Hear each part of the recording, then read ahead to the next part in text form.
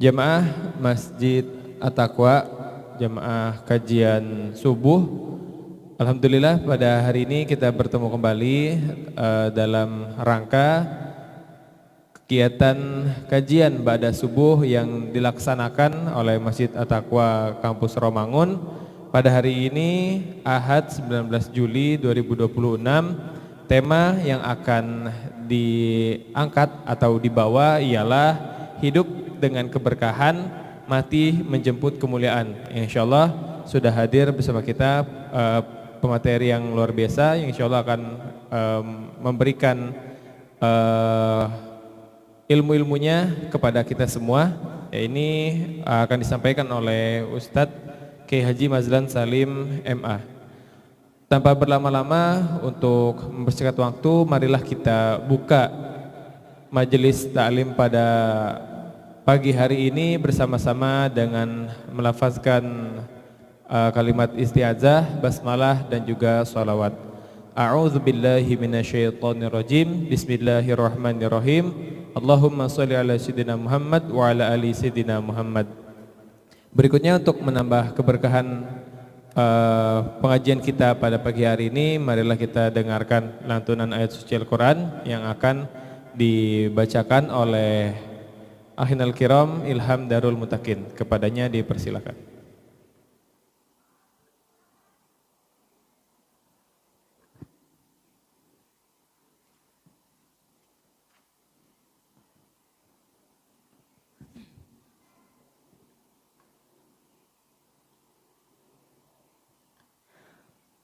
Assalamualaikum warahmatullahi wabarakatuh.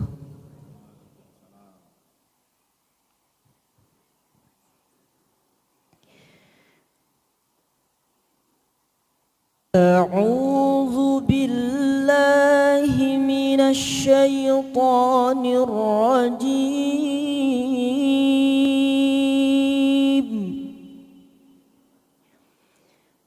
Bismillahirrahmanirrahim.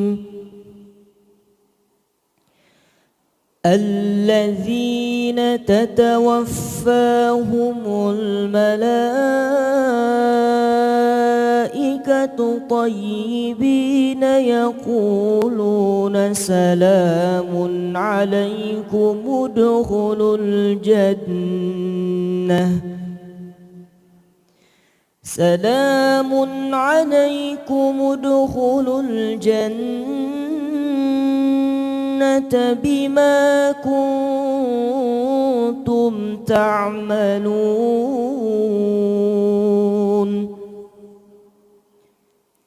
Hal yanzuruna illa an ta'tiyahumul malaikatu aw ya'tiya amru rabbik. Kadzalika fa'ala allazina min qablihim wa ma zalamahumullahu walakin kanu anfusahum yazlimun.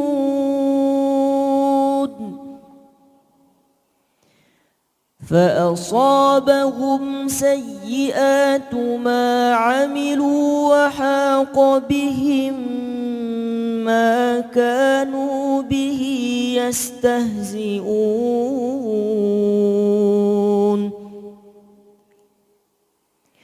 وقال الذين أشركوا لو شاء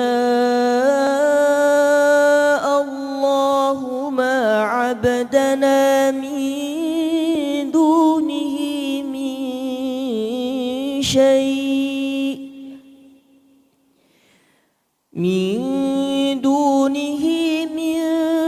شيء نحن ولا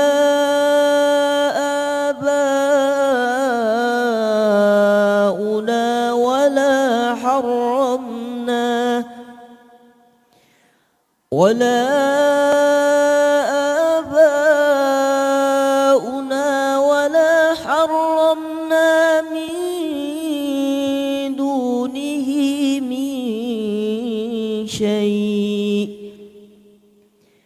كذلك فعل الذين من قبلهم فهل على الرسل إلا البلاغ المبين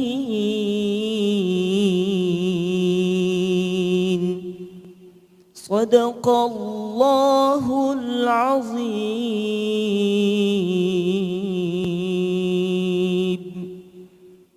Wassalamualaikum warahmatullahi wabarakatuh.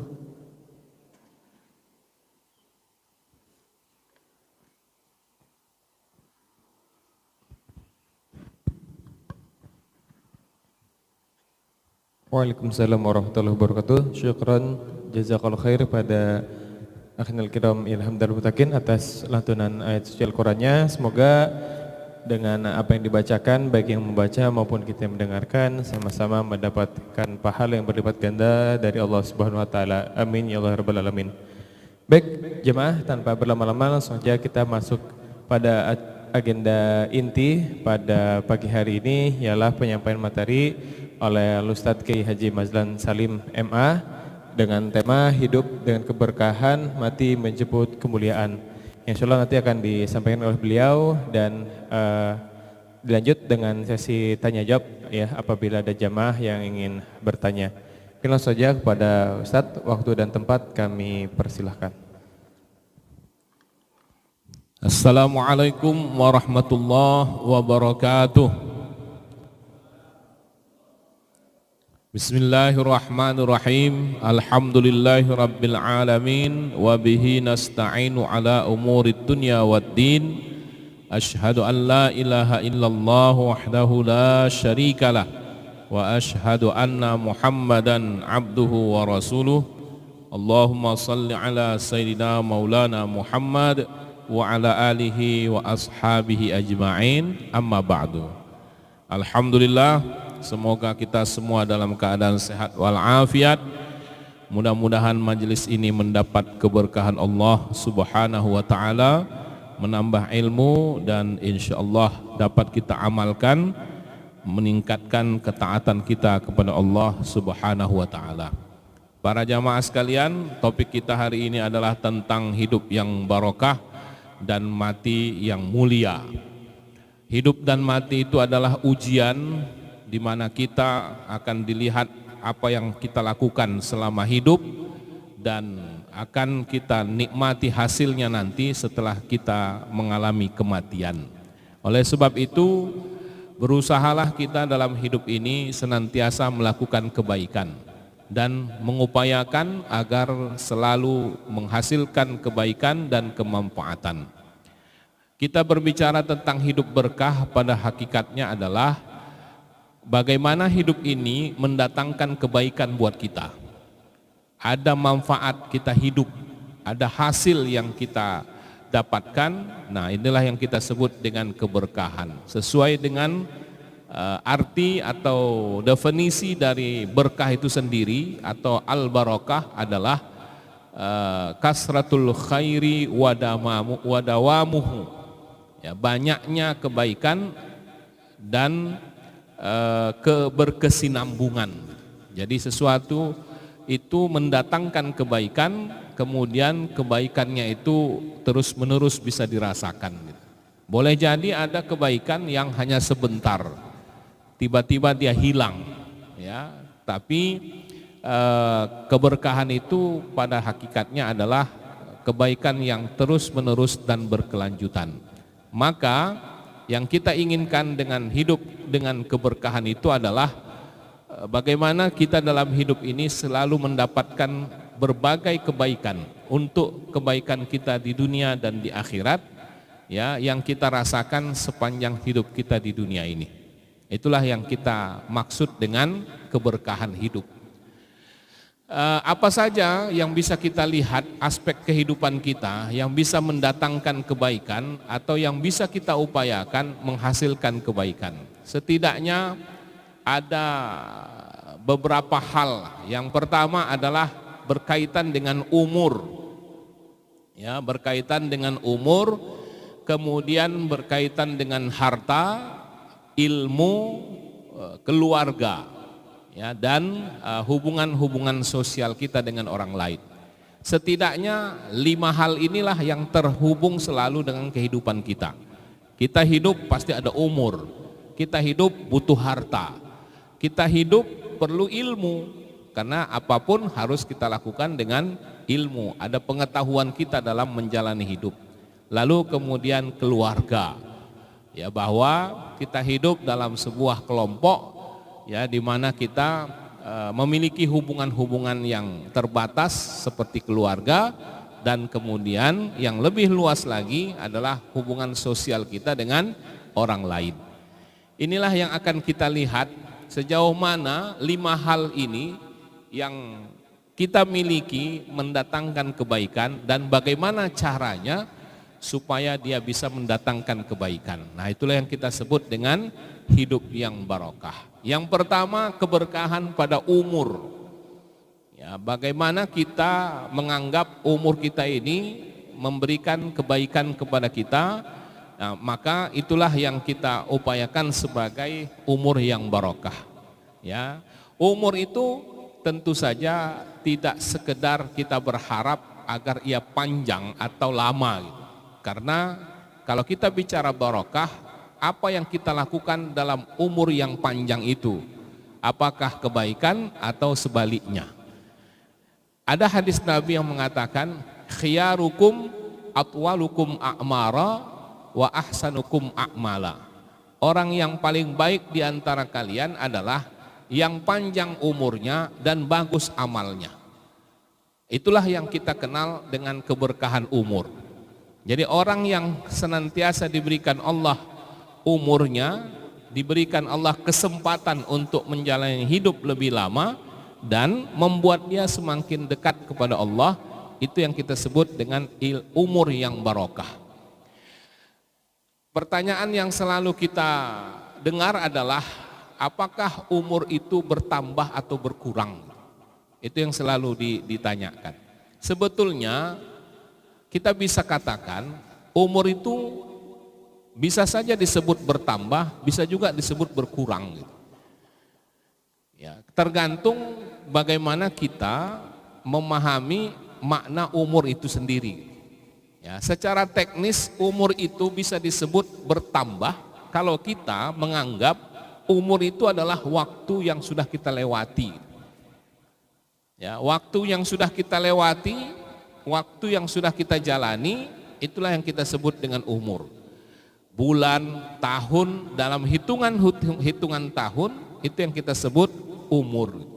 Makanya kalau kita ditanya, berapa umur kita sekarang? Ya, kalau ada orang tanya, berapa umur Bapak sekarang? Itu yang kita jawab, yang sudah kita jalani, Pak. Ya, yang sudah kita jalani. Misalnya dia sekarang umurnya 50, itu artinya itulah waktu yang sudah dijalani. Dan itulah yang akan kita jawab dengan pertanyaan, berapa umur kita sekarang? Tidak ada orang yang menjawab ketika ditanya umur, sisanya tak pernah. Ya, misalnya berapa umur sekarang? Kira-kira 10 tahun lagi lah sisanya, tidak pernah. Ya, pasti yang ditanya yang sudah lewat. Jadi umur kalau kita katakan waktu yang sudah kita lewati, maka setiap dia bertambah tahun berarti umur kita bertambah. Jadi pernyataan umur bertambah itu sebetulnya tidak salah juga, gitu. Ya, nah kemudian umur itu bisa juga disebut berkurang, gitu. Kenapa? Karena umur itu dianggap sebagai kesempatan kita untuk beramal. Ada hadis Nabi yang kita semua tahulah. Apabila seseorang meninggal dunia, maka terputuslah amalnya. Artinya ketika kematian datang, dia tak sempat lagi beramal, dia tak bisa lagi beramal. Berarti apa yang dimaksud oleh umur pada hakikatnya adalah kesempatan kita untuk melakukan amal-amal. Dan kesempatan itu berhenti ketika datangnya kematian. Dari sini kita fahami umur itu adalah kesempatan kita untuk beramal. Di mana setiap bertambah tahun berarti kesempatan kita semakin berkurang. Itulah sebabnya kalau kita katakan umur berkurang, dalam pengertian kesempatan kita beramal, itu pun tidak salah juga. Jadi kalau kita sebut apakah umur bertambah atau berkurang, ya bisa bertambah, bisa berkurang, tergantung bagaimana kita memahaminya. Nah, persoalannya adalah mau bertambah atau berkurang, kita kan tak tahu batasnya. Sampai mana dia harus selesai. Maka kita dituntut untuk berusaha mengisi waktu-waktu yang masih tersisa ini untuk melakukan berbagai ketaatan. Nah, itulah yang disebut dengan keberkahan itu. Jadi orang yang berkah umurnya ketika dia mengisi waktu-waktu yang ada dengan ketaatan dan kebaikan. Ketika itu tidak dilakukannya, berarti umurnya itu berlalu dengan sia-sia. Nah, bagaimana kita menandai umur yang barokah? Tanda keberkahan umur yang pertama adalah orang yang bertaubat. Orang yang bertaubat kepada Allah berarti dia sudah memulai keberkahan umurnya. Karena sejak dia bertaubat berarti dia mencoba menggunakan waktu-waktunya untuk kebaikan. Sejak itulah maka ada keberkahan. Berarti waktu yang dilaluinya dalam keadaan belum taubat atau dalam keadaan belum taat kepada Allah, itu adalah waktu yang sia-sia, yang tidak ada kebaikannya sama sekali, bahkan bisa jadi menjadi akibat yang buruk nanti di akhirat.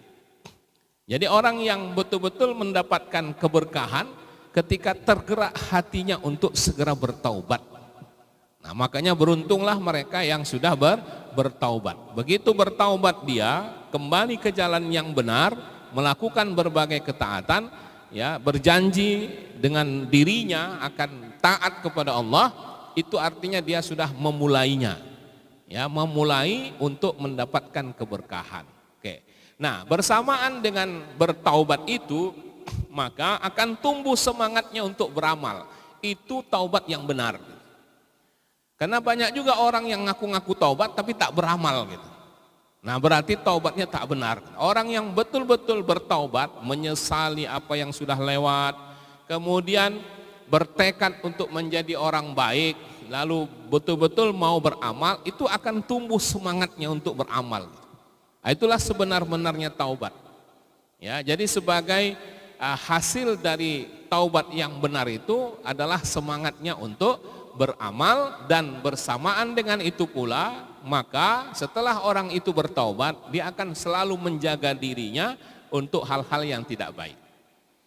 Nah, disitulah keberkahan umur bisa kita lihat, di mana seseorang menggunakan waktu-waktu yang dia miliki, perjalanan waktu, sisa usia yang dia miliki untuk ketaatan, untuk kebaikan, dan untuk mendekatkan diri kepada Allah. Sampai kapan? Ya, sampai akhir hayat.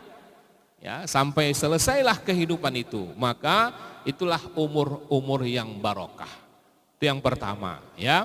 Kemudian yang kedua, keberkahan pada harta. Kita hidup ini pasti butuh harta lah. Ya, kekayaan atau ya sesuatu yang kita miliki untuk menopang atau memfasilitasi kehidupan kita. Kalau kita tak punya harta, ya susah juga kita untuk beribadah, juga susah. Ya, makanya mencari harta, mencari kekayaan, mencari rezeki lah secara umum, materi itu dianjurkan. Jadi tidak ada orang boleh berbangku tangan, tidak mau bekerja, tak mau berusaha, semata-mata mengharapkan rezeki dari langit dan sebagainya, itu malah tidak baik dalam pandangan agama. Jadi harta ini pun perlu kita upayakan supaya setelah kita memperolehnya senantiasa menghasilkan kebaikan. Nah, bagaimana tanda keberkahan harta atau bagaimana keberkahan harta itu bisa kita dapatkan? Yang pertama, ketika kita memperolehnya.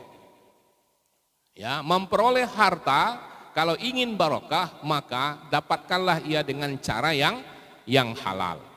Kalau yang haram atau yang tidak benar caranya, ya seperti misalnya melalui riba, ya korupsi, menipu, atau gratifikasi, ya suap dan gratifikasi, dan atau mencuri dan sebagainya, maka tidak akan ada keberkahan. Bagaimana tidak ada keberkahan pada harta-harta yang tidak halal? setidaknya itu akan menumbuhkan atau menimbulkan rasa cemas dan takut pada pemiliknya.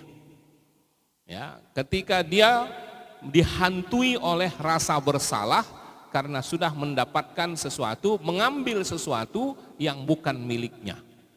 Ya, kalaupun kita melihat secara zahirnya, mungkin orang-orang yang begitu tenang-tenang saja gitu ya. Kita lihat dia masih hahaha, ketawa begitu ya. Bahagia kelihatannya dengan keluarganya, dengan komunitasnya dan sebagainya. Tapi Allah tidak akan membiarkan itu. Ya, bahwa yang haram tetap tidak berhak untuk dimiliki oleh siapapun. Dia harus kembali kepada pemiliknya dan Allah tidak akan membiarkan itu. Ya. Jadi artinya sesuatu yang diperoleh dengan cara yang tidak halal maka pasti tidak akan mendatangkan kebaikan. Nah, itu yang pertama. Yang kedua, harta yang barokah itu akan membawa ketenangan hati. Pemilik orang-orang yang memiliki harta yang halal atau harta yang barokah itu setidaknya ada ketenangan hatinya sehingga tidak ada rasa gelisah.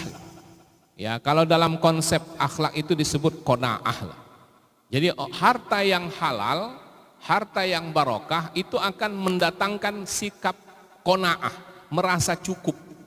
Sebaliknya, harta yang haram, yang tidak halal, itu akan menumbuhkan rasa rakus dan ketamaan, keserakahan. Orang yang memperoleh harta dengan cara yang tidak halal, Allah hukum dia dengan keserakahan. Dia tidak akan punya sikap qanaah dan tidak akan bisa menghargai nikmat yang ada, sehingga dia akan selalu berusaha untuk mencari dan mencari. Itulah hukuman orang-orang yang mendapatkan harta dengan cara yang tidak halal itu. Tidak ada ketenangan sehingga dia senantiasa berusaha sampai bahkan mungkin lebih jauh lagi melakukan kejahatan-kejahatan dalam mendapatkan harta. Ya, itu tanda keberkahan pada harta. Kemudian yang ketiga, ya, harta yang barakah itu adalah bermanfaat bagi diri kita dan orang lain. Ya, bermanfaatnya di sini tentu dalam konteks kebaikan. Ya, harta yang halal pun kalau bicara manfaat ada juga ya manfaatnya. Ya, tetapi kemanfaatannya ini tentu kemanfaatan yang bisa mendatangkan kebaikan. Ya, terutama kebaikannya itu bukan hanya duniawi, tapi juga kebaikan akhirat. Misalnya digunakannya untuk kebutuhan keluarga, nafkah dengan keluarga, ya, membantu orang lain, ya, bersedekah dan hal-hal yang bisa dilakukannya untuk mendukung amal salih melalui harta yang dimilikinya. Jadi orang yang memiliki harta yang berkah itu akan lebih banyak melakukan berbagai kebaikan dengan hartanya. Ya, dia tidak sulit untuk menyalurkan hartanya itu untuk kebaikan. Justru mereka-mereka yang memiliki harta yang haram itu ya akan selalu berhitung untuk mengeluarkannya. Apalagi kalau dia mendapatkannya itu dengan perjuangan yang berat gitu. Ya, dengan segala siasat, dengan segala tipu daya. Nah, biasanya untuk mengeluarkannya itu juga akan hitung-hitung lagi gitu. Ya, apalagi kalau dia mau mengamankan hartanya, dia harus gini. Orang yang tidak jujur sekalipun dalam mendapatkan harta, dia butuh orang jujur untuk mengamankan hartanya. Sampai begitu, ya. Jadi kalau kita mendapatkan harta dengan cara yang tidak halal, maka akan ada rasa takut, akan ada khawatir, sehingga untuk mengamankannya kita butuh orang lain yang jujur. Padahal kita sendiri tidak jujur. Nah, itulah ironinya ya. Sesuatu yang aneh ya, dan itu hukuman sebetulnya ya. Makanya dalam kehalalan itu ada ketenangan ya. Baik, kemudian keberkahan harta itu adalah tidak menjadikan kita atau tidak membuat orang itu melakukan maksiat, tidak menjadi sebab kemaksiatan. Boleh jadi harta yang kita dapatkan itu mungkin dari yang halal, tapi dia bisa tidak barokah kalau itu malah kita gunakan untuk yang tidak baik. Apalagi kalau memang harta itu bersumber dari yang haram, maka penyalurannya pun biasanya kepada yang haram juga. Ada orang berpikir begini, ya, dia seorang pekerja, dia dapat gaji, dia dapat salary lah ya, artinya itu legal. Tapi di samping itu, ya, dia dapat apa istilahnya itu? Seserannya, ya, dapat uang masuk lah yang nggak jelas. Dia punya prinsipnya begini, dia bilang, saya kalau yang gaji, itu untuk keluarga katanya, ya kan? Jadi kalau untuk yang gaji yang saya terima, yang legal itu untuk keluarga, untuk anak istri. Tapi kalau yang ini, yang nggak jelas ini, ini untuk yang lain lah. Kalau Bapak kenal Hotman Paris ya, Hotman Paris itu dia bilang apa? Itu biaya kenakalan. Gitu. Jadi yang haram itu dia gunakan untuk, ya itu, yang untuk yang nggak jelas lah, aktivitas yang nggak jelas itu. Nah inilah sebetulnya fakta bahwa yang haram itu memang pada akhirnya akan kembali kepada yang haram juga. Kalau istilah orang-orang umum itu uang hantu dimakan setan ya, itulah dia. Ya, jadi tidak ada kebaikannya sama sekali, sehingga orang yang melakukan itu dan mendapatkan itu lama-lama nanti akan rusak sendiri, karena dia menjadi media yang menghubungkan antara yang haram kepada yang haram berikutnya gitu. Nah, disitulah membuat orang-orang yang seperti ini lama-lama akan melakukan yang haram sekaligus. Nah, inilah yang kita khawatirkan ya. Jadi keberkahan pada harta itu bisa kita lihat dalam hal-hal seperti ini.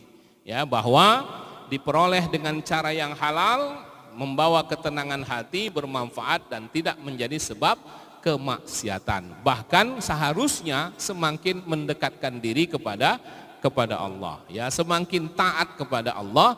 Disitulah makna bersyukur terhadap apa yang didapatkan. Ya, baik. Kemudian berikutnya keberkahan pada ilmu. Nah, ilmu adalah bagian penting dalam hidup kita. Hidup ini butuh ilmu, dan ilmu yang kita maksud tentu tidak hanya ilmu agama. Ya, apa saja pengetahuan yang kita miliki, ya, yang menopang kehidupan kita, yang kita butuhkan dalam menjalani kehidupan ini. Kita perlu tahu banyak hal, itulah kita sebut dengan ilmu. Nah, bagaimana kita melihat keberkahan ilmu? Keberkahan ilmu bisa kita lihat dari pengaruhnya terhadap hati, amal dan akhlaknya. Ya, jadi sejauh mana ilmu yang kita miliki, ya, pengaruhnya itu terhadap hati kita, amal kita dan akhlak kita. Nah, pertama kepada hati, ya, karena ini yang paling mendasar. Orang yang berilmu, pengaruhnya ke dalam hatinya adalah bertambah rasa takutnya kepada Allah. Itu disebutkan dalam Al-Quran surat Fatir ayat 28. Ya, innama yakhsyallaha min ibadihil ulama. Sesungguhnya hamba-hamba Allah yang takut kepada Allah itu adalah al-ulama, para orang yang berilmu, yaitu para alim atau orang-orang yang memiliki pengetahuan. Itulah orang-orang yang sejatinya takut kepada Allah. Jadi itu sebagai dampak atau pengaruh ilmu kepada hatinya. Dia semakin menyadari bahwa betapa ilmu itu sebuah penuntun, ya, sebagai hidayah Allah, ya, sehingga dengan mendapatkan ilmu atau memiliki pengetahuan segala hal, ya, itu memberikan dia rasa sadar untuk mendekatkan diri kepada Allah. Jadi orang yang berilmu itu sejatinya adalah orang yang taat kepada Allah, karena hatinya akan selalu ingat dan takut kepada Allah, dalam pengertian tidak melakukan hal-hal yang dimurkai atau yang dilarang oleh Allah dengan ilmu yang dia miliki. Itu pengaruh pertama, ya. Kemudian orang yang berilmu itu pengaruhnya ke dalam hati, semakin ikhlas dalam melakukan apapun, bukan beribadah aja, ya, ikhlas dia. Ikhlas itu artinya kita berharap atau mengharapkan apa yang dijanjikan oleh Allah dalam setiap apapun yang kita kerjakan. Misalnya Kalau dalam ibadah-ibadah ritual, ya sholat, puasa, baca Quran dan sebagainya, kita mengharapkan pahala atau kita mengharapkan surga dan sebagainya. Nah, itu keikhlasan kita. Nah, dalam kehidupan atau dalam aktivitas yang lain pun, dalam muamalah misalnya, kita juga butuh ikhlas. Misalnya dalam bekerja, ya dalam bekerja mencari nafkah, mencari rezeki, itu juga dibutuhkan keikhlasan. Artinya kita kerjakan itu mengingat Allah karena Allah yang merintahkan. Jadi ketika kita bekerja, melakukan aktivitas keseharian kita, karena kita sadar bahwa ini adalah perintah Allah dan dalam berbagai penjelasan ada keutamaan, pahala yang disiapkan misalnya, dan itu yang kita harapkan, kita ikhlas nama. Jadi ikhlas itu bukan hanya dalam aktivitas ibadah, tapi mencakup seluruh aktivitas kehidupan kita. Ya, jadi ilmu apapun yang kita miliki, ya, yang semakin kita mengetahui apa yang kita kerjakan, maka itu yang membuat kita semakin tahu apa yang kita harapkan. Ya, jadi makanya kita disuruh belajar itu begitu, supaya semakin kita tahu apa yang seharusnya kita harapkan dari apa yang kita kerjakan. Ya, jadi misalnya tadi begini, bekerja, ya dalam bekerja atau beraktivitas secara umum, apa yang diajarkan oleh agama ini dalam bekerja, apa yang harus kita lakukan, apa niat kita dan sebagainya. Nah, kalau kita tahu itu, maka akan mudah kita untuk menetapkan tujuan dan keinginan kita dalam bekerja. Bekerja untuk mencari rezeki misalnya, belajar untuk menuntut ilmu misalnya. Nah, itu sesuatu yang kita ketahui, ya, yang sudah kita tahu, dan kalau semakin dalam kita tahu tentang itu, bagaimana keutamaan bekerja, bagaimana keutamaan belajar, bagaimana keutamaan seorang suami yang bekerja mencari nafkah, seorang istri yang bekerja di rumah mengurus rumah tangga. Semakin banyak kita tahu itu, maka hati kita akan semakin kuat untuk ikhlas dalam mengerjakannya. Nah, itulah kira-kira bentuknya. Kalau ibadah, ya yang sifatnya ritual tadi, ya sholat, puasa itu sudah oke lah, sudah tahulah kita makna ikhlasnya, ya. Tapi ikhlas itu adalah segala sesuatu yang kita harapkan karena Allah dari apapun yang diperintahkan oleh Allah, baik dalam ibadah maupun dalam keseharian kita, dalam muamalah kita sehari-hari. Oke. Kemudian berikutnya, keberkahan ilmu, ya, membuat orang semakin khusyuk dalam beribadah dan menghindari maksiat. Ya, jadi artinya semakin banyak kita mengetahui atau mempelajari sesuatu akan membuat kita semakin menjaga diri dari akibat-akibat buruk yang timbul. Ya, kemudian yang keempat, menumbuhkan sikap tawadhu, ya, lisan kita terjaga dan bermanfaat bagi orang lain. Ada satu satu doa yang selalu dibacakan oleh Rasulullah. Ya, mohon perlindungan, yaitu apa? Min ilmin la yamfa, ya, dari ilmu yang tidak bermanfaat. Wa a'udzubika min ilmin la yamfa, ya, kita berlindung kepada Allah dari ilmu yang tak bermanfaat. Ya, mereka-mereka yang sudah belajar, yang sudah sekolah, ya, walaupun dia bekerja pada akhirnya tidak sesuai dengan bidang ilmunya, ada ya, banyak begitu kan? Ya, ada orang-orang yang sekolah, yang tamat kuliah lalu bekerja tidak sesuai dengan disiplin ilmunya, maka jangan dikatakan ilmunya tak barokah karena tak bermanfaat, jangan. Ya, itu tetaplah disebut berkah. Ya, kenapa? Karena ilmu itu kan secara umum bukan hanya bahwa kita kemudian menggunakannya untuk profesi kita, bukan sekedar dilihat dari profesinya, tapi bagaimana pengaruhnya ilmu itu dalam keseharian, baik mengenai hati, amal dan akhlaknya. Ya, ada lulusan fakultas tarbiyah, kalau di agama itu ya, tarbiyah, ya, jadi pedagang, boleh? Apakah disebut ilmu tarbiyahnya tak bermanfaat? Tetap dianggap bermanfaat, ya. Jadi orang yang, apalagi di zaman sekarang kan tidak mudah ya mencari profesi yang sesuai dengan bidang ilmu, ya, tapi jangan terlalu jauh juga barangkali ya Pak ya. Ya kan? Artinya itu akan menyulitkan juga, apalagi kalau berkaitan dengan kepentingan-kepentingan publik.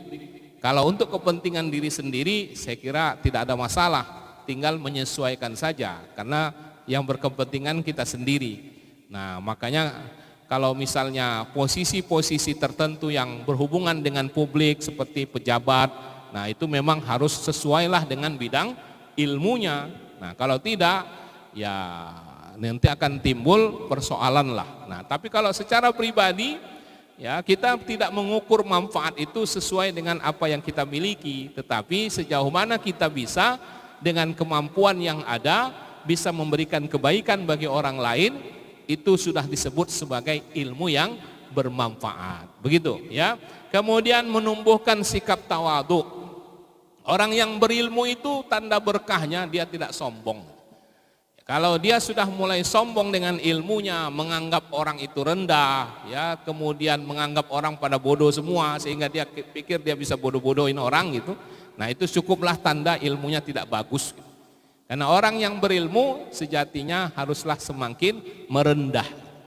Ada ungkapan dari sahabat Umar bin Khattab. Ya, beliau mengatakan setidaknya penuntut ilmu itu ada 3 level. Level pertama dia sombong. Jadi artinya setelah dia belajar, dia merasa dia sudah hebat, itu level pertama malah. Ya, itu justru level yang paling rendah. Kalau dia terus belajar, maka dia bisa naik level yang kedua. Apa itu? Merasa rendah, ya, merasa lebih banyaklah orang yang berilmu, dia tidak sombong dengan itu. Itu yang kedua. Nah, sedangkan yang ketiga, level penuntut ilmu yang paling baik adalah merasa semakin banyak dia tidak tahu.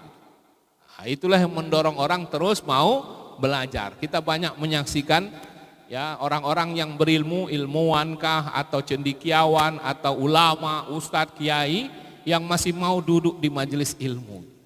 Nah, itu dia ya, itu menunjukkan setidaknya bahwa ada level ilmu yang bisa kita capai dan setidaknya kita bisa merasakan itu pada diri kita masing-masing. Ya, kita di level mana gitu. Ya, setidaknya tapi jangan sampai 3-3-nya pun tak masuk. Nah, itu berarti jahil jadinya ya. Baik. Kemudian yang keempat, keberkahan pada keluarga. Keluarga yang barokah selalu disebut dengan konsep sakinah, mawaddah, warahmah. Ya, sakinah itu ketenangan. Artinya ada ketenangan yang dirasakan oleh orang-orang yang ada di dalam rumah tangga itu menunjukkan tandanya keluarga ini sakinah. Ketika ada yang susah, ketika ada masalah, pulang ke rumah ada ketenangan. Nah, itu tandanya setidaknya sakinah lah itu. Ya, tapi kalau sudah tenang-tenang di rumah, pulang ke rumah gawat, itu tandanya tidak ada sakinah. Ya, nah makanya tujuan pernikahan itu kan disebutkan yang pertama kali litas kunu ilaiha itu kan. Ya, supaya kita bisa mendapatkan ketenangan. Istri bersama suami merasa tenang, suami dengan istrinya merasa tenang, anak-anak terhadap kita merasa tenang, dan seluruh anggota rumah tangga itu, rumah itu merasa tenang dengan kehadiran kita, berarti sudah terciptalah rasa sakinah di dalam rumah tangga. Pernah melihat orang-orang yang begitu ayahnya pulang, anak-anaknya stres, ya, artinya ketakutan gitu, ya, merasa ada sesuatu yang berbahayakah atau menjadi tidak tenang. Nah, itu tandanya tidak sakinah. Sederhananya begitulah, ya. Kemudian mawaddah, mawaddah itu cinta kasih.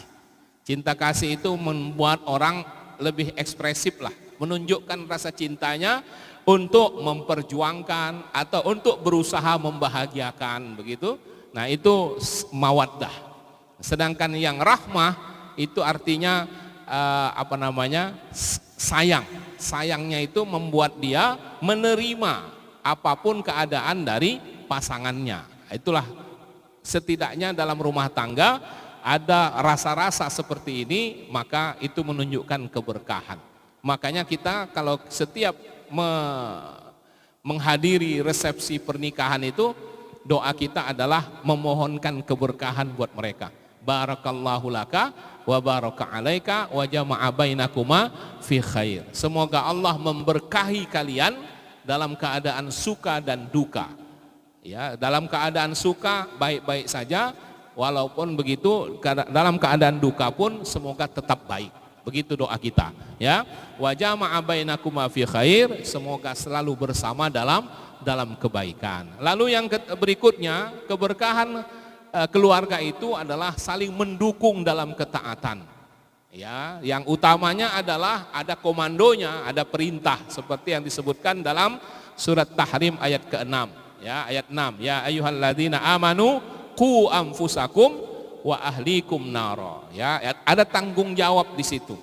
Ya, bahwa seseorang apalagi sebagai kepala rumah tangga, ya, sebagai suami, dia wajib ya menjaga keluarganya, jangan sampai mengabaikan kewajiban-kewajiban. Itu yang ditegaskan lagi dalam surat Thaha ayat 132.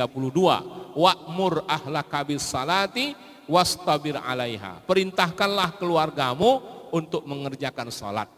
Itu sebagai isyarat ada tanggung jawab seorang suami untuk menjaga agama atau akhirat dari keluarganya, anak dan istrinya. Tentu ini harus ada kerjasama juga dengan sesama anggota keluarga.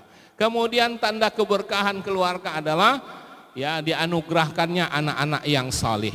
Nah, tentu ini sebetulnya hasil dari yang pertama dan yang kedua. Kalau tidak ada saling dukung dalam ketaatan, ya susah kita akan mendapatkan anak yang saleh. Anak yang saleh itu adalah sebagai jariyah orang tua.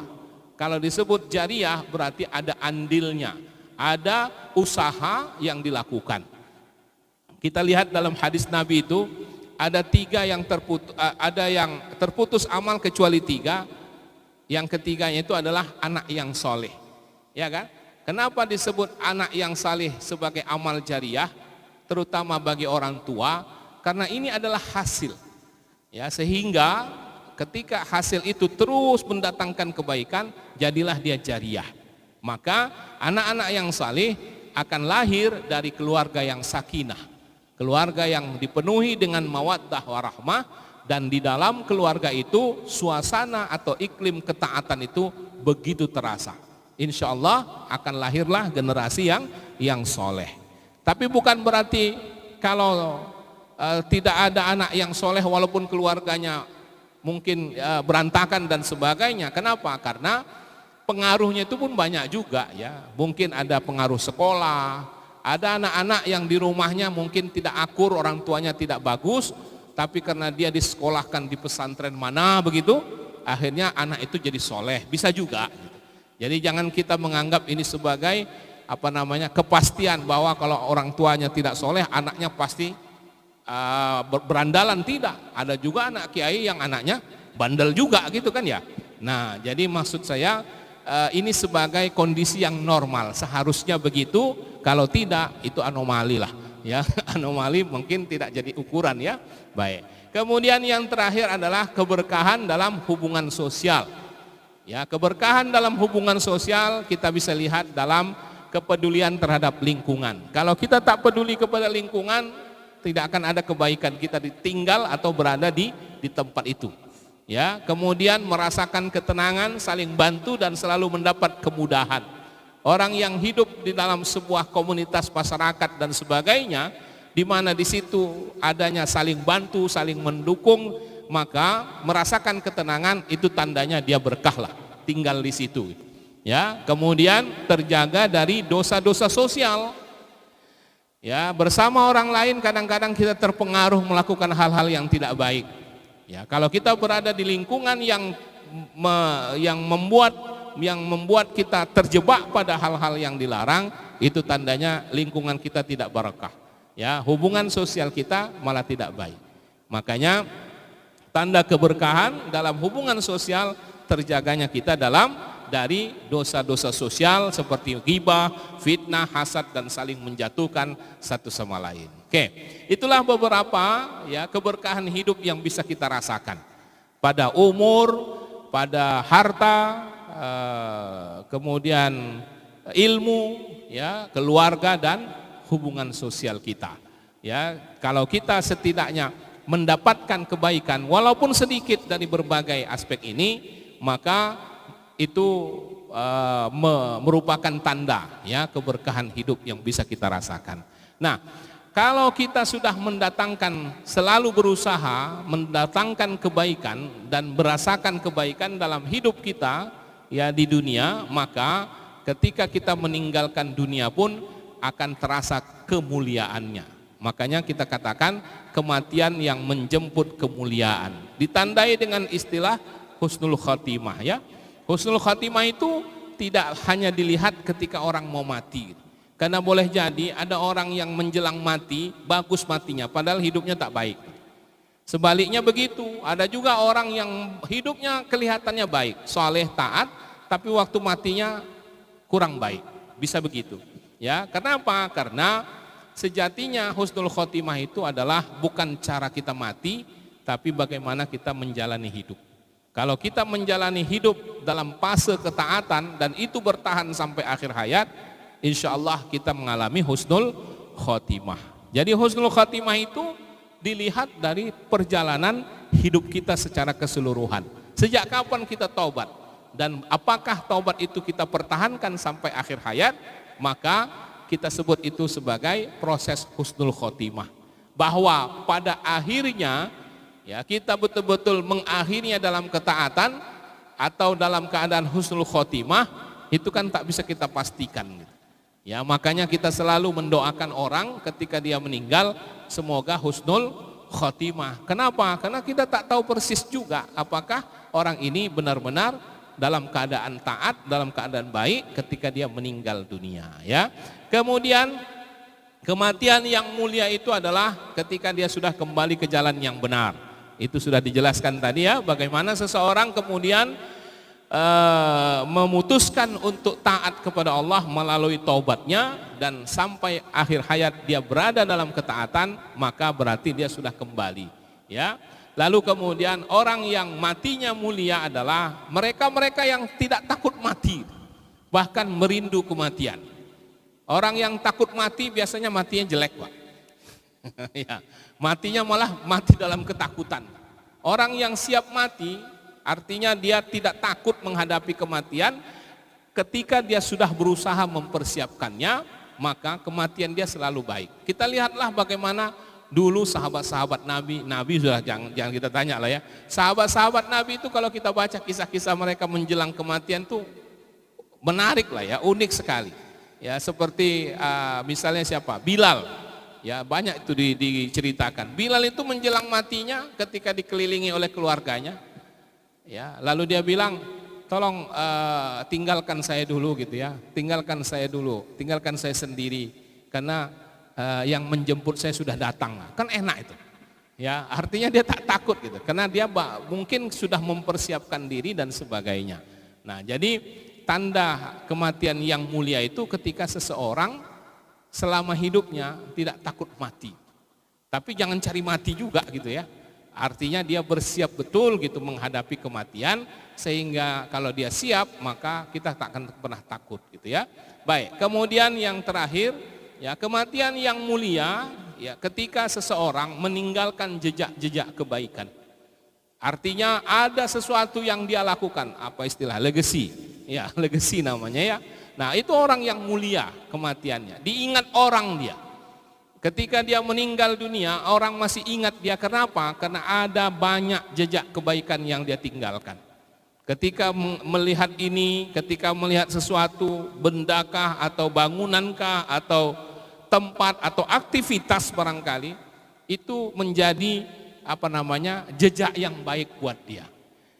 Saya selalu berkata begini, kalau saya suka ceramah di perkumpulan keluarga atau paguyuban keluarga, ya mungkin berdasarkan daerah atau keluarga besar berdasarkan suku atau apa begitu. Nah, saya katakan begini, ini orang yang pertama kali menggagas ini, ya orang yang pertama kali membuat ngumpul-ngumpul ini orang yang beruntung. Gitu. Kenapa? Inilah jejak yang baik bagi dia. Ketika setelah dia meninggal itu terus berlangsung. Ya, nah artinya dia sudah meninggalkan sesuatu yang terus dipertahankan orang dan itu baik. Kenapa? Karena menghimpunkan orang untuk terus bersilaturahim kan bagus gitu ya. Nah, maka beruntunglah dia sebagai orang yang pernah hidup kemudian meninggal dunia, meninggalkan hal-hal yang baik. Nah, itulah namanya jejak. Ya, kita mengikuti apa yang disebutkan dalam surat Yasin ayat 12. Ya, inna nahnu nuhyil mauta wa naktubu ma qaddamu wa asarahum. Sesungguhnya kami menghidupkan orang-orang yang mati dan kami menuliskan apa yang mereka kerjakan dan bekas-bekas jejak-jejak yang mereka tinggalkan. Jadi yang Allah catatkan nanti dalam buku amal kita bukan apa saja yang kita kerjakan, ya, tapi juga kebaikan-kebaikan yang masih terus berlangsung yang dimanfaatkan oleh banyak orang, ya itu pun akan ditambahkan dalam buku amal kita. Nah, disitulah orang-orang yang beruntung ketika mengakhiri kehidupan mereka dengan berbagai kebaikan yang ditinggalkannya. Dan itulah yang kita sebut orang-orang yang mati dengan kemuliaannya. Saya kira itu, ya. Jadi hidup yang barakah selalu mendatangkan kebaikan, berusaha berbuat baik, kemudian selesai dari hidup menjelang mati, dia selalu mendatangkan pula kebaikan yang ditinggalkannya bagi orang lain. Nah, hidup dengan keberkahan dan mati menjemput kemuliaan sejatinya itulah yang kita harapkan. Ya, tandanya insyaallah bahagia dunia dan akhirat. Baik, sebelum kita simpulkan, mungkin ada yang bisa ditanyakan, silakan. Syukron Ustaz atas penyampaian materinya. Ya, tafadhal pada ada yang ingin bertanya dipersilakan.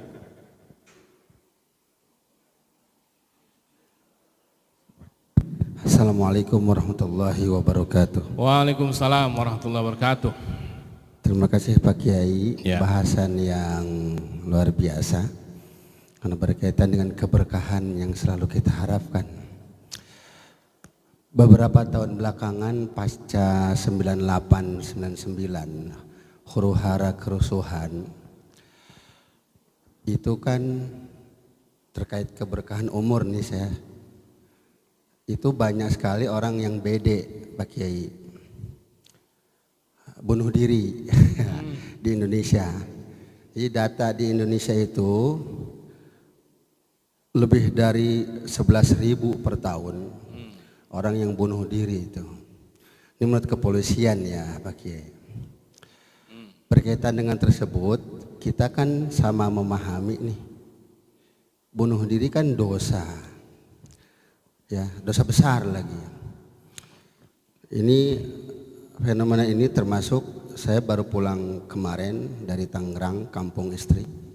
Saya juga berangkat ke sini tadi pada tahajud ke sini menemui Pak Kiai. Jadi di sana itu ada orang yang 2 kali tes TNI militer, kemudian tahun pertama enggak berhasil. Tahun kedua juga nggak berhasil, akhirnya sama calon sama pacarnya, aku mau bunuh diri, akhirnya gantung diri tuh. Itu tetangga kampung saya itu kemarin. Kemudian sebelumnya anak ustazah tetangga kampung juga, itu di lemari tiba-tiba perempuan ini anak ustazahnya udah punya anak istri dan suami. Udah punya anak dan suami, gantung diri dalam lemari. Ini yang tentunya nggak dilaporkan ke polisian, nggak dilaporkan ke rumah sakit, itu kan karena bunuh dirinya, kecuali kematiannya saja. Nah, bagaimana cara kita supaya memahamkan kepada generasi muda pasca gadget yang luar biasa ini, pengaruhnya gadget ini, HP ini, karena semua bisa diakses, bahwa bunuh diri seperti itu adalah tidak ada keberkahan hidupnya di dunia apalagi di akhirat. Kemudian kenapa pula bunuh diri itu tidak kekal di neraka Pak Kiai? Kita baca tuh, bunuh diri kok tidak kekal di neraka, padahal Allah Subhanahu wa taala kan bilang hak menghilangkan nyawa itu hanya Allah. Manusia tidak berhak untuk menghilangkan nyawa orang lain apalagi nyawa sendiri. Nah, itu pertanyaan pertama adalah bagaimana bunuh diri itu tidak masuk ke dalam kategori kekal di neraka. Yang kedua, bagaimana supaya kita meraih keberkahan dalam hidup kita, umur, keluarga, sosial masyarakat, dan ilmu. Supaya terakhir yang bahasan paling menarik ini yang Pak Kiai sampaikan, bagaimana biar kita husnul khotimah dan meraih kemuliaan. Kira-kira apa saja step atau langkah-langkahnya yang konkret yang bisa kita lakukan supaya tidak tergelincir kegodaan kiri kanan yang sekarang luar biasa. Begitu Pak Kiai. Bagaimana langkah-langkah tersebut, langkah kecil sampai langkah yang besar yang harus kita lakukan supaya bisa husnul khotimah deh. Begitu Pak Kiai. Terima kasih. Assalamualaikum warahmatullahi wabarakatuh. Waalaikumsalam warahmatullahi wabarakatuh. Banyak tadi pertanyaan juga kayaknya. Banyak kayaknya tadi itu. Ya. Oh, dua ya. Yang pertama, bagaimana memberikan penjelasan ya, menjelasan bahayanya gimana? Bunuh diri. Ya, itu memang pendekatannya memang harus komprehensif lah ya, integral lah ya. Tidak bisa kita hanya secara doktrinal gitu ya mengatakan bunuh diri itu haram, dosa besar. Saya kira itu semua anak-anak kita tahulah ya yang namanya bunuh diri itu dilarang. Cuman ini kan perlu kita lihat sebagai sebuah akibat gitu. Ya, bunuh diri itu kan akibat atau reaksi ketika mereka anak-anak kita sekarang ini tidak seperti orang-orang kita dulu yang sanggup atau punya pertahanan mental yang kuat gitu. Anak-anak kita ini tidak terbiasa atau tidak, barangkali juga ini menjadi PR ya dalam hal problem solving gitu. Setiap ada masalah seolah-olah dunia ini seperti mau kiamat gitu. Nah itu sebenarnya sebuah akibat juga dari proses yang panjang gitu. Nah makanya kalau kita lihat ya bagaimana cara pendidikan anak-anak kita yang bisa bertahan, survive dia dengan kondisi yang ada, ini bisa kita lihat dari latar belakang keluarga, bagaimana dia diperlakukan, bagaimana dia dididik di keluarganya, itu akan mempengaruhi kekuatan mentalnya. Gitu. Ya, ada dalam konsep agama itu ya, bahwa anak-anak ini diberikan tanggung jawab ya ketika dia sudah mencapai usia-usia tertentu. Itu kan sebetulnya sebuah persiapan untuk menghadapi problem-problem kehidupan. Ya, seperti perintah Nabi yang menyuruh untuk anak kita supaya sholat di usia 7 tahun ya. Nah, kalau misalnya sampai 10 tahun dia belum mau sholat, boleh agak lebih keras dikit begitu ya, jangan sampai membahayakan begitu.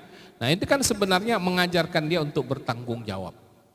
Jadi kalau kita lihat bagaimana sekarang perubahan-perubahan itu memang mengkhawatirkan ya, bahwa salah satunya adalah ketika mereka tidak punya kemampuan yang cukup untuk menghadapi tekanan. Nah itu satu. Kemudian segala aspek hidup kita ini kan sekarang sudah serba instan. Ya. Ustadz dulu waktu kita nyusun skripsi itu mencari bahannya itu, ya Allah saya harus mondar-mandir ke maktabah atau perpustakaan Lipia yang waktu itu masih di perapatan Salemba itu. Kerjaan saya motokopi mulu ya, sampai petugas perpustakaan itu agak kesel juga adik ini, taswir lagi gitu kan, orang Arab kan, taswir lagi katanya. Sampai begitu kita. Ya, tapi apa yang kita bisa lihat dari akibat atau dampaknya membuat kita tuh lebih terasa gitu. Ya, cara berpikirnya berbeda dengan anak-anak sekarang. Anak sekarang tinggal buka ChatGPT, selesai semua urusan. Ya Bu ya, ibu-ibu sekarang, dulu ya, saya ingat waktu, jangankan masa saya sekolah, anak saya sekolah aja. Ya, anak saya yang pertama dengan yang kedua itu bedanya 11 tahun. Waktu anak saya yang pertama itu, kalau ada tugas sekolah, ayah tolong gambarkan ini, tolong gambarkan ini. Itu ampun deh mencari menggambarnya itu. Tapi sekarang anak saya yang sekarang ini sekolah, nggak ada susahnya. Besok mau apa? Mau buat pamflet ya, mau acara muharaman, tolong buatkan tulisan. Tinggal cari aja, fotokopi atau diedit sedikit, selesai gitu. Nah, ini secara tidak sadar, kalau ini terus menerus terjadi buat anak kita, inilah yang bakal melahirkan generasi yang lemah itu. Nah, inilah yang menjadi PR kita sebetulnya. Jadi ini sudah sebuah proses yang panjang sebenarnya. Ya, makanya sekarang ada sekolah-sekolah yang sifatnya dengan ciri-ciri sekolah karakter, istilahnya kan, sekolah karakter. Padahal dulu tak dibutuhkan sekolah begitu. Ya Pak ya, karena dulu sekolah secara tak langsung membuat kita berkarakter. Ya, di Jawa Barat itu ya, saya kan warga Jawa Barat, karena si Manggis Depok. Itu ada kebijakan kan dulu Kang Dedi itu, ya anak-anak harus diantar oleh orang tua, atau anak-anak tak boleh pakai kendaraan, harus jalan kaki. Itu sebetulnya kan ingin mengembalikan bagaimana pembentukan karakter yang bertanggung jawab pada anak-anak kita sekarang. Cuman ya namanya anak-anak ya. Nah di situ kemudian gadget ini juga sangat riskan. Kalau bisa memang harus adalah regulasi, ada nggak Pak di naskah ada aturan nggak bahwa anak sekolah tak boleh bawa handphone, aturan ada? Ada yang resmi begitu ada juga ya. Nah kenapa? Ada. Iya harus ada begitu, dan selama di lingkungan sekolah sama sekali tidak boleh gitu. Bagaimana caranya lah, kan mungkin orang beralasan, wah nanti saya kalau mau dijemput kan susah komunikasi. Itu bisa diatasi lah. Ya daripada kita mempertimbangkan supaya mudah dijemput, lebih bagus kita tertibkan saja sama sekali. Saya kira itu juga ada dampaknya. Ya, jadi saya tidak bisa menjawab persis gitu bagaimana caranya, karena ini adalah sebuah pengaruh yang dari sebuah proses yang panjang dan banyaklah pihak yang terlibat di situ. Ya, belum lagi tontonan-tontonannya, pergaulannya dan sebagainya. Ya, itu juga mempengaruhi. Itu yang pertama. Yang kedua apa tadi? Hampir lupa saya. Ya, husnul khotimah. Kalau kita ingin meninggal atau wafat dalam keadaan baik, tentu kita harus bersiap dalam menyambutnya dengan keadaan yang baik. Ya, artinya kalaupun sekarang kita baik, ya, kalaupun sekarang kita sudah baik, kan belum tentu juga sampai mati kita baik. Nah, maka tahapannya itu yang paling banyak mempengaruhi perubahan itu adalah lingkungan kita. Makanya salah satu tips untuk istiqomah itu adalah bergaulah dengan orang-orang yang soleh. Jaga pergaulan gitu, komunitasnya. Bukan berarti kita memusuhi komunitas yang lama, tidak.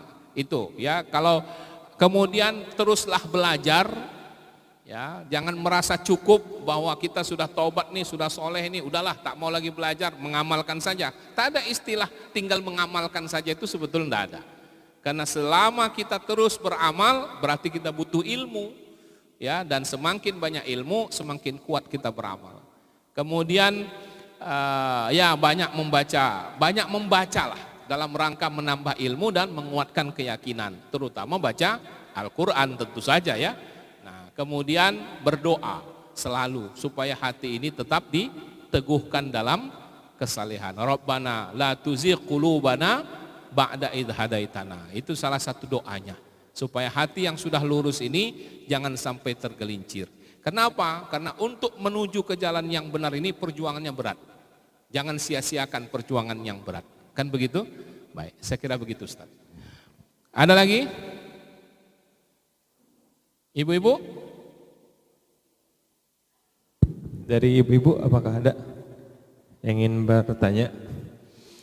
Udah husnul khotimah semua ini kayaknya nih, insyaallah ya. Baik, satu lagi. Ya.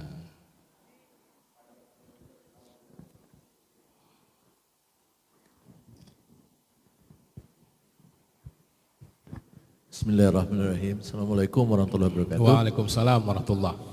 Terima kasih Ustaz pencerahan hari ini. Kadang memang ya bagaimana menghadapi kenyataan yang ada tidak punya harta, tidak punya ilmu, keluarga pun berantakan. Apa yang harus dilakukan? Benar, kalau punya lima-limanya sih alhamdulillah, tinggal kebaikan. Satu. Yang kedua yang sering saya dengar, ish kariman au mut syahidan. Hiduplah dengan mulia atau mati syahid.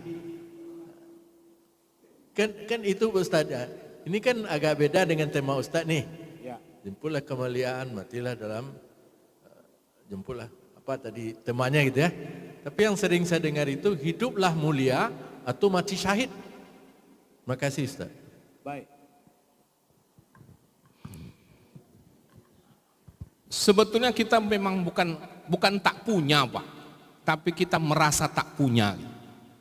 Umur, harta, kita sebetulnya bukan tak punya, kita merasa tak punya. Karena yang membuat orang miskin itu adalah rasa yang tidak pernah cukup dengan apa yang dimilikinya. Kan gitu? Nah, boleh jadi ada kesalahan ketika dia berpunya tidak dikelola dengan baik sehingga akhirnya tidak punya. Kan begitu? Ada yang terjadi begitu. Jadi pada dasarnya sesuai dengan kebutuhan kita, ya Allah tidak mungkin menjadikan kita menderita kalau kita tidak punya, kalau kita tidak melakukan kesalahan atau kekeliruan dalam apa yang telah diberikan oleh Allah. Kan gitu ya. Kecuali kalau memang dia sama sekali tidak punya, berarti dia bukan orang yang harus berusaha, tapi dia harus dibantu, Pak. Nah, itulah dia. Cuman orang yang dibantu pun merasa selalu tak pernah cukup. Itu dia. Jadi problemnya bukan lagi persoalan konsep hidupnya, tapi memang ini orang sudah salah dalam menjalani kehidupannya, ya kan? Ya, sama lagi dengan apa tadi? Ilmu, tak punya ilmu. Sebetulnya tak ada orang yang tak berilmu sama sekali. Ada ilmunya, tetapi tidak sesuai dengan apa yang dikerjakannya, atau tidak digunakannya ilmunya yang dia anggap ilmu itu tidak seperti orang lain ketika dia membandingkannya. Seperti inilah ya, antara pedagang kaki lima melihat pengusaha melihat konglomerat lah gitu. Itu mungkin dia merasa tak berilmu, padahal ilmu yang dia miliki, keahliannya membuat ketoprak, keahliannya buat gado-gado, ngulek gado-gado, mungkin tak bisa dikerjakan oleh konglomerat itu. Itu kan ilmu. Dan dengan itu dia bisa mencari rezeki, itu sudah keberkahan namanya. Kira-kira begitulah kita memahaminya, Pak ya. Jadi tidak ada orang yang tak punya sama sekali, tetapi hanya rasa inilah. Nah, disitulah Allah mengatakan surat An-Najm itu wa annahu huwa aghna wa aqna. Bahwa dialah Allah yang membuat kita kaya dan yang membuat kita merasa cukup gitu. Jadi bandingan kaya itu bukan miskin, bandingan kaya itu adalah merasa cukup. Karena seringkali orang yang banyak harta merasa tak cukup, maka sejatinya dialah orang yang miskin, kan gitu ya.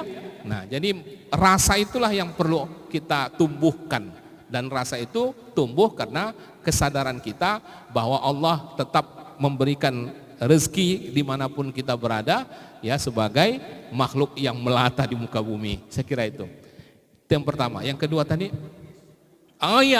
iskariman au mutsyahidan itu jargon, Pak. Ya, jargon untuk membangkitkan semangat aja, bukan hadis Nabi, bukanlah ungkapan-ungkapan agama. Ya, dan itu bisa difahami sesuai dengan konteks tertentu lah. Ya, kalau dalam konteks perjuangan itu memang menumbuhkan semangat. Iskariman au mut syahidan. Tapi saya kira kematian yang mulia itu pun perlu juga. Jadi iskariman au mut kariman juga gitu loh. Ya, jadi jangan kariman syahidan, tapi kariman juga lah begitu. Ya, tetap mulia, Pak. Kenapa? Saya ada satu ceramah Gus Baha itu ya. Gus Baha itu menarik. Dia bilang gini, orang kalau dalam berperang ya tidak bagus juga berniat untuk jadi syahid. Kenapa? Karena kalau dalam berperang dia harus menang gitu loh, Pak. Kalau syahid kan kalah dong berarti. Dia bilang, coba bayangkan semua pasukan ini berharap mati syahid. Dalam arti, gak apa-apalah mati, yang penting syahid. Ya kapan menangnya? Jadi itu konteksnya dalam memberi semangat. Saya kira itu Pak. Ya, baik. Ada lagi? Baik, apakah ada lagi terakhir dari bapak-bapak atau ibu-ibu? Apabila cukup, mungkin insya Allah dicukupkan. Terakhir kami berikan pada Ustadz untuk closing statement sekaligus doa untuk penutup. Baik. Ya, jadi keberkahan dalam hidup kita itu sebetulnya sesuatu yang bisa kita usahakan. Dan memang harus kita usahakan ketika Allah sudah memberikan kita berbagai fasilitas-fasilitas untuk itu. Ya, Allah beri kita umur, beri ilmu, harta, keluarga dan hubungan-hubungan sosial kita selalu ada kebaikan di dalamnya. Kalau kita selalu dalam hidup seperti itu, insya Allah kematian kita pun akan baik, kematian kita akan mulia. Saya kira itu ya singkatnya, sehingga mudah-mudahan apa yang kita jalani hari ini adalah sebuah kebaikan dan berakhirnya nanti dalam kebaikan pula ya. Nah, baik, mari kita tutup dengan doa. Ya, auzubillahi minasyaitonirrajim. Bismillahirrahmanirrahim. Alhamdulillahirabbil alamin wassalatu wassalamu ala asyrafil anbiya'i wal mursalin wa ala alihi wa sahbihi ajmain. Allahumma 'allimna ma jahilna wanfa'na bima 'allamtana wa hab lana quwwatan lina'mala ma 'alimna innaka 'ala kulli syai'in qadir. Allahumma aslih lana dinana alladhi huwa 'ismatu amrina wa aslih lana dunyana allati fiha ma'ashuna wa aslih lana akhiratana allati ilaiha ma'aduna waj'alil hayata ziyadatan lana fi kulli khair waj'alil mauta rahatan lana min kulli syarr.